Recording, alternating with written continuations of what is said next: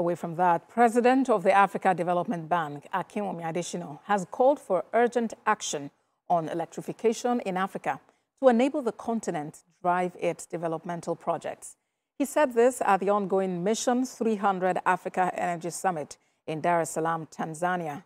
Nigeria's President Bola Tinubu is among African heads of state attending the Energy Summit that is paving the way for Africa's economic transformation. TVC News State House correspondent Femi Akonde reports from Dar es Salaam. Over 1,000 participants are here at this summit hosted by the United Republic of Tanzania, the African Union, the Africa Development Bank, and the World Bank Group.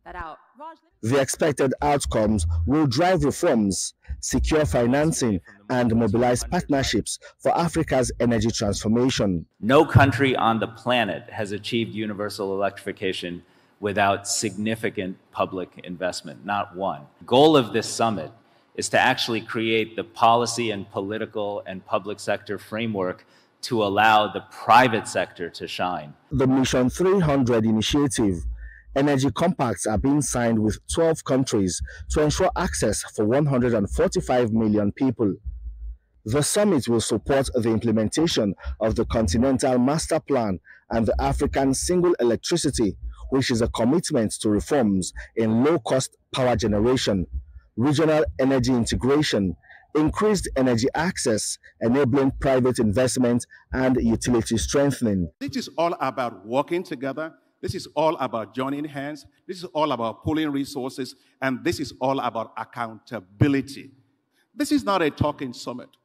At the end of the day, it's not what we say. We can do megawatts of talk all we want.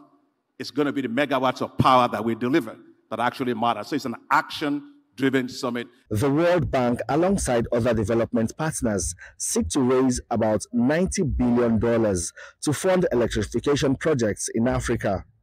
According to available data, Africa alone has 83% of the world's unelectrified population. The World Bank is going to be putting somewhere between $30 to $40 billion to work in this effort over the coming years.